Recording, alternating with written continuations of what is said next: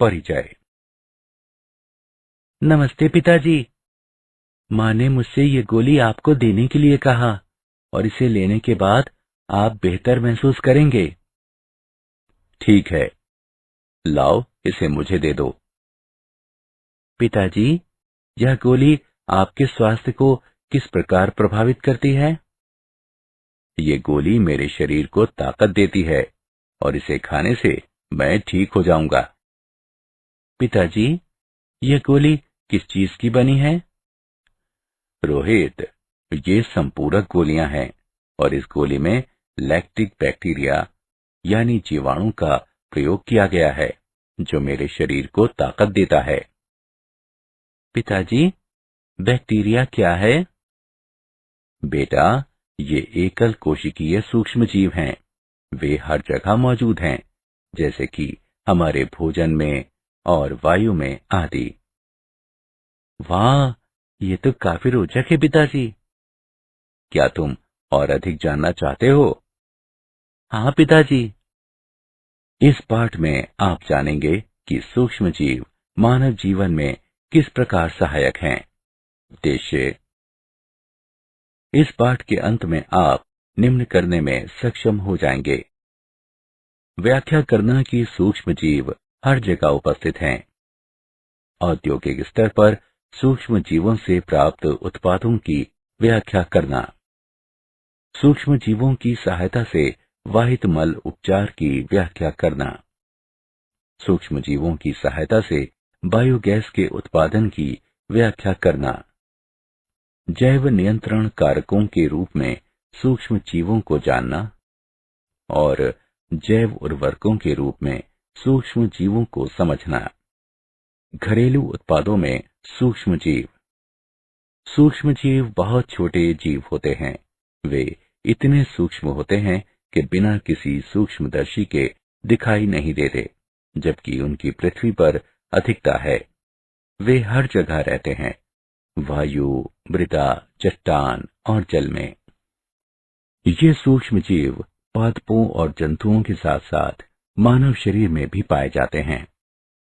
कुछ सूक्ष्म जीव मानवों, पादपों और जंतुओं में रोग फैलाते हैं, जबकि कुछ अन्य एक स्वस्थ जीवन के लिए आवश्यक हैं और हम उनके बिना जीवित नहीं रह सकते। अधिकांश सूक्ष्म जीव 4 प्रमुख समूहों में से किसी न किसी एक से संबंधित होते हैं: जीवाणु, विषाणु, कवक या प्रोटोजोआ। कई ऐसे भोज्य पदार्थ हैं जिन्हें सूक्ष्म जीवों द्वारा बनाया जाता है। उदाहरण के लिए, खट्टी गोभी का उत्पादन कटी हुई गोभी के भीतर ल्यूकोनोस्टॉक और लैक्टोबैसिलस स्पीशीज द्वारा किया जाता है। अचार बनाने के लिए खीरों को इन्हीं सूक्ष्म जीवों द्वारा किण्वित किया जाता है। औद्योगिक उत्पादों में सूक्ष्म जीव। उद्योगों में सूक्ष्म जीवों का उपयोग पेयों, प्रतिजैविकों और अन्य उत्पादों का उत्पादन करने में होता है। औद्योगिक पैमाने पर हमें बहुत अधिक संख्या में सूक्ष्म जीवों की जरूरत होती है, इसलिए उन्हें बड़े पात्रों में पैदा किया जाता है, जिन्हें फर्मेंटर या किण्वक कहते हैं। किण्वित पेय। यीस्ट, स्कैरोमाइसीज, सेरेबेसी सभी अल्कोहलीय पेयों के लिए आवश्यक हैं। ये एक जीवित चीज है। आपके किण्विक पात्र में अरबों कोशिकाएं, सभी भूखे सूक्ष्म जीव जो शर्करा को कार्बन डाइऑक्साइड और अल्कोहल में बदल देते हैं। यीस्ट के अलग अलग प्रकार भिन्न भिन्न उत्पाद बनाते हैं, जैसे कि वाइन, बियर, विस्की आदि। प्रतिजैविक यानी एंटीबायोटिक। पहले प्रतिजैविक पेनिसिलिन की खोज अलेक्जेंडर फ्लेमिंग ने की थी। प्रतिजैविक एक ऐसी दवा है जो जीवाणु को मारती है या इसकी वृद्धि को कम करती है। प्रतिजैविक प्रति सूक्ष्म जीवियों की एक श्रेणी है, एक बड़ा समूह जिसमें प्रति विषाणु, प्रति कवक और प्रति परजीवी दवाएं शामिल हैं। वे परपोषी के लिए अपेक्षाकृत हानि रहित हैं और इसलिए संक्रमण के उपचार हेतु उनका उपयोग किया जा सकता है। पेनिसिलिन की क्रियाविधि। यह एक पदार्थ के उत्पादन को रोककर कार्य करता है जो कोशिका भित्ति पेप्टिडोग्लाइकेन बनाता है। इसका अर्थ है कि कोशिका विभाजित हुए या नई कोशिका भित्ति को विकसित किए बिना ही निरंतर रूप से वृद्धि करेगी। इसलिए भित्ति दुर्बल हो जाएगी और फलस्वरूप टूट जाएगी।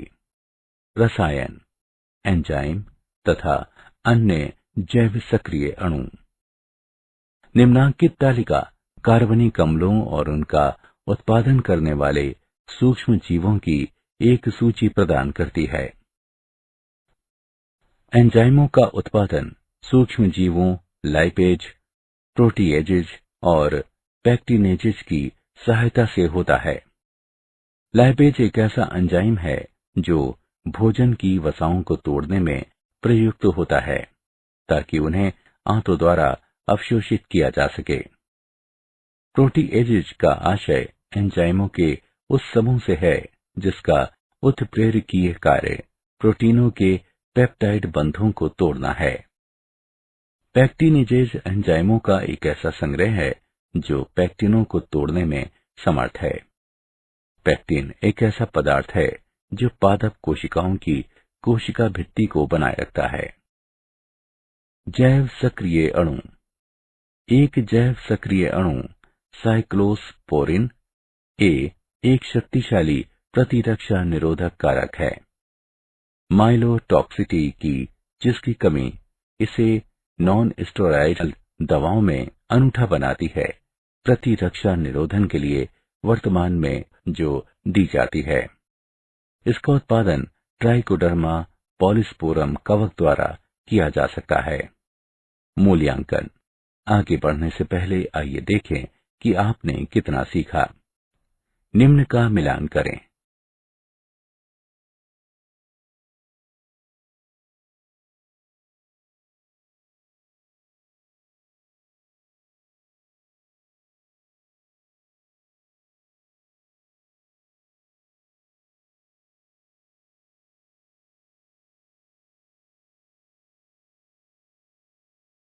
वाहित मल उपचार में सूक्ष्म जीव।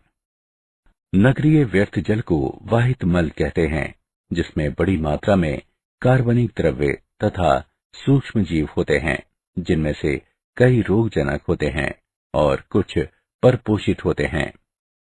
प्रदूषण के बोझ को कम करने के लिए वाहित मल को जलाशयों में विसर्जित करने से पहले इसका वाहित मल उपचार संयंत्रों में उपचार किया जाता है। उपचार में निम्न 2 चरण शामिल हैं। प्राथमिक उपचार। प्राथमिक वाहित मल के उपचार में व्यर्थ जल को मोटी रेत, कंकड़ों, कार्बनिक और अकार्बनिक अपशिष्टों, वसीय पदार्थों आदि की अशुद्धियों से मुक्त किया जाता है। नगरीय व्यर्थ जल में बड़ी बड़ी वस्तुएं होती हैं, जैसे फटे पुराने कपड़े, डिब्बे, टिन आदि, जिन्हें स्क्रीन द्वारा हटा दिया जाता है। यह आवश्यक है क्योंकि इन वस्तुओं की उपस्थिति में संयंत्र के संवेदनशील भागों को नुकसान पहुंच सकता है। स्क्रीन के बाद एक ग्रिड चैम्बर होता है, जिसका उपयोग रेत तथा अन्य भारी अकार्बनिकों को अलग करने के लिए किया जाता है। इस प्रकार ग्रिड चैम्बर में इकट्ठा की गई सामग्री को निपटान के लिए एकत्र कर उसे थैलों में भर दिया जाता है। कुछ संयंत्र अवसादन चरण का उपयोग करते हैं, जिसमें वाहित मल को बड़े बड़े टैंकों से गुजारा जाता है, जिन्हें प्राथमिक विशुद्धक या प्राथमिक अवसादन टैंक कहते हैं। इन टैंकों में तैरते हुए सामग्री को अलग किया जाता है तथा सजातीय द्रव जैविक उपचार के लिए तैयार रहता है, जबकि स्लज को अलग से उपचार द्वारा हटाया जाता है। इसके बाद प्राथमिक अवसादन टैंकों से प्राप्त बहिस्राव को द्वितीयक उपचार के लिए ले जाया जाता है।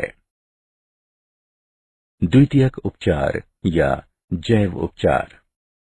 वाहित मल की जैविक सामग्री जैसे मानवीय अपशिष्ट, भोजन अपशिष्ट, साबुनों और डिटर्जेंट को अलग करने के लिए द्वितीयक वाहित मल जल उपचार विधि वायवीय जैव प्रक्रियाओं का उपयोग करती है। इस विधि में जीवाणु और प्रोटोजोआ प्राकृतिक रूप से सड़ने योग्य विलय कार्बनिक अशुद्धियों को जीवाणु झुंड में बदल देते हैं। इससे बहिस्राव की बीओडी यानी बायोकेमिकल ऑक्सीजन डिमांड घटती है। बीओडी का आशय ऑक्सीजन की उस मात्रा से है जिसकी वायुवीय सूक्ष्म जीवों को जल के एक नमूने में कार्बनिक द्रव्य को अवघटित करने के लिए बायोगैस के उत्पादन में सूक्ष्म जीव। बायोगैस गैसों, जिसमें मुख्यतः मीथेन शामिल है, का एक मिश्रण है जिसका उत्पादन सूक्ष्म जीवीय गतिविधि द्वारा किया जाता है और जिसका उपयोग ईंधन के रूप में किया जाता है। गोबर बायोगैस का प्रमुख स्रोत है क्योंकि गोबर में जीवाणुओं की संभावना दूसरों की तुलना में अधिक होती है। मीथेनोबैक्टीरियम, ये वो जीवाणु हैं जो पशुओं के रूमेन यानी उदर के एक भाग में पाए जाते हैं। रूमेन गाय के पाचन तंत्र का सबसे महत्वपूर्ण भाग है क्योंकि मीथेनोबैक्टीरियम इसे दूसरे पशुओं से अलग करता है। हम मीथेनोबैक्टीरियम की उपस्थिति के कारण बायोगैस निर्माण में पशुओं के मल का प्रयोग करते हैं।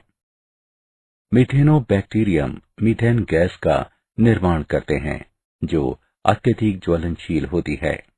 ग्रामीण क्षेत्रों में हम बायोगैस संयंत्र देख सकते हैं।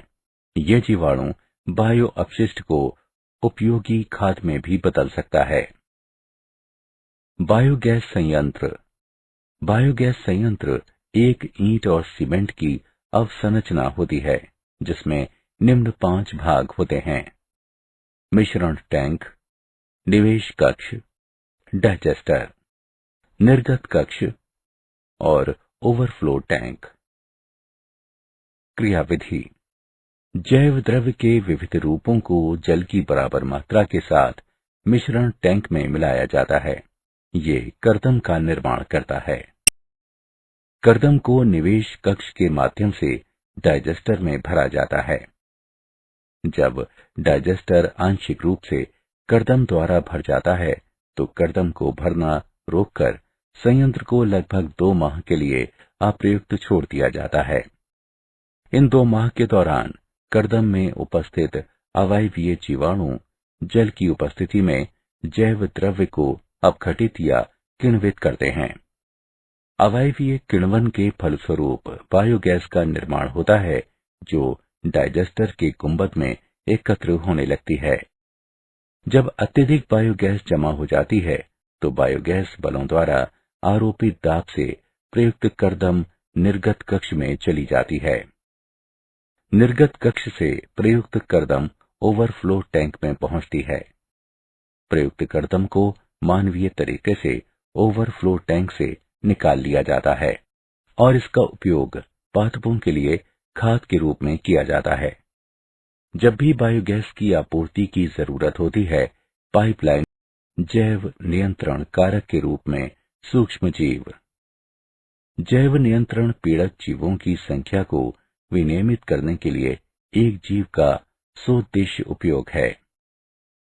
पीड़क तथा रोगों का जैव नियंत्रण विभिन्न परभक्षी कीटों या कणों या परजीवी पर्रों या सूत्रकृमियों के उपयोग द्वारा किया जा सकता है जो पीड़क को घातक जीवाणु वाली बीमारियों से संक्रमित कर देते हैं।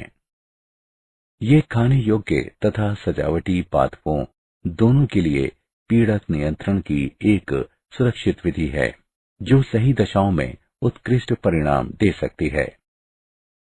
उदाहरण के लिए बैसिलस थोरिनजिएंसिस एक ऐसा जीवाणु है जिसके बीजाणु कुछ कीटा लार्वा के लिए जहरीले होते हैं और उन्हें मार देते हैं, लेकिन अन्य कीटों के लिए हानि रहित हैं।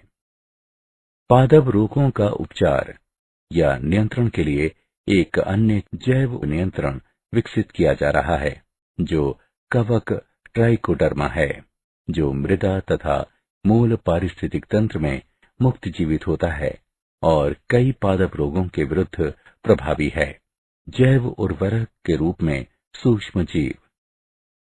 जैव उर्वरक एक ऐसा पदार्थ है जिसमें जीवित सूक्ष्म जीव होते हैं, जिन्हें जब बीज पादप की सतहों या मृदा पर छोड़ा जाता है तो ये राइजोस्फीयर या पादप के अग्रभाग में बस्ती बना लेते हैं तथा परपोषी पादप के लिए प्राथमिक पोषकों की आपूर्ति या उपलब्धता को बढ़ाकर वृद्धि का संवर्धन करते हैं। जीवाणु, साइनोबैक्टीरिया तथा कवक माइकोराइजा जीवों के 3 समूह हैं, जिनका उपयोग जैव उर्वरकों के रूप में किया जाता है। जीवाणु, उदाहरण के लिए राइजोबियम, एजोबैक्टर, एजोस्पाइरिलम आदि। राइजोबियम एक मृदा में रहने वाला जीवाणु है जो लेग्यूम जड़ों में बस्ती बनाने में सक्षम है तथा ये वायुमंडलीय नाइट्रोजन को सहजीवी रूप से स्थिर करता है। साइनोबैक्टीरिया, जलीय दशा में साइनोबैक्टीरिया वृद्धि करते हैं, वायुमंडलीय नाइट्रोजन को स्थिर करते हैं तथा वातावरण में एमिनो अम्ल, प्रोटीन और दूसरे वृद्धि प्रेरक पदार्थों को मुक्त करते हैं। साइनोबैक्टीरिया के उदाहरण साइटोनेमा, नील हरित शैवाल, माइक्रोसिस्टेस आदि। कवक या माइकोराइजा, माइकोराइजा कवक के समूह होते हैं जो पादपों की जड़ों में वृद्धि करते हैं। वास्तव में ऐसे नवोद्भिद जिनमें माइकोराइजा वाले कवक होते हैं पौधारोपण के बाद अपनी जड़ों पर बेहतर तरीके से वृद्धि करते हैं और तेजी से बढ़ते हैं। कवकीय सहजीवी पादप से आश्रय और भोजन प्राप्त करते हैं, बदले में पादप कई प्रकार के लाभ अर्जित करता है, जैसे कि फास्फोरस, लवणता का अवशोषण और सूखे के प्रति सहनशीलता, जल संतुलन को बनाए रखना तथा कुल मिलाकर पादप में वृद्धि और विकास करना। आप जानते हैं, अनुसंधानकर्ताओं ने मुहासों से छुटकारा दिलाने के लिए एक स्किन वायरस तैयार किया है। एक ऐसे वायरस का उपयोग करना जो प्राकृतिक रूप से उस जीवाणु को अपना आहार बनाता है जो कील मुहासे पैदा करते हैं। एक ऐसा टूल प्रदान करना है जो मुहासे के शारीरिक और मानसिक भय से निजात दिलाता है। सारांश, आइए हमने जो कुछ सीखा है उसे संक्षेप में दोहराएं। सूक्ष्म जीव बहुत ही छोटे जीव होते हैं। वे इतने सूक्ष्म जीव होते हैं कि बिना किसी सूक्ष्मदर्शी के दिखाई नहीं देते, जबकि उनकी पृथ्वी पर अधिकता है। वे हर जगह रहते हैं, वायु, मृदा, चट्टान और जल में। अधिकांश सूक्ष्म जीव 4 प्रमुख समूहों में से किसी न किसी एक से संबंधित होते हैं: जीवाणु, विषाणु, कवक या प्रोटोजोआ। उद्योगों में सूक्ष्म जीवों का उपयोग पेयों, प्रतिजैविकों और अन्य उत्पादों का उत्पादन करने में होता है। पहले प्रतिजैविक पेनिसिलिन की खोज अलेक्जेंडर फ्लेमिंग ने की थी। एंजाइमों का उत्पादन सूक्ष्म जीवों लाइपेज, प्रोटीएजेज और पेक्टिनेजेज की सहायता से होता है। वाहित मल के उपचार में प्रयुक्त सूक्ष्म जीव हैं। उपचार में 2 चरण शामिल हैं: प्राथमिक उपचार और द्वितीयक उपचार। बायोगैस गैसों का एक मिश्रण है जिसमें मुख्यतः मीथेन शामिल होती है, जिसका उत्पादन सूक्ष्म जीवीय गतिविधि द्वारा किया जाता है और जिसका उपयोग ईंधन के रूप में किया जा सकता है। बायोगैस का उत्पादन बायोगैस संयंत्र में किया जाता है। बायोगैस संयंत्र ईंट और सीमेंट की अवसंरचना होती है। इसमें निम्न 5 भाग होते हैं: मिश्रण टैंक, निवेश कक्ष, डाइजेस्टर, निर्गत कक्ष और ओवरफ्लो टैंक। जैव नियंत्रण पीड़क जीवों की संख्या को विनियमित करने के लिए एक जीव का सौद्देश्य उपयोग है। जैव उर्वरक एक ऐसा पदार्थ है जिसमें जीवित सूक्ष्म जीव होते हैं, जिन्हें जब बीज पादप की सतहों या मृदा पर छोड़ा जाता है तो ये राइजोस्फीयर या पादप के अग्रभाग में बस्ती बना लेते हैं तथा परपोषी पादप के लिए प्राथमिक पोषकों की आपूर्ति या उपलब्धता को बढ़ाकर वृद्धि का संवर्धन करते हैं। जीवाणु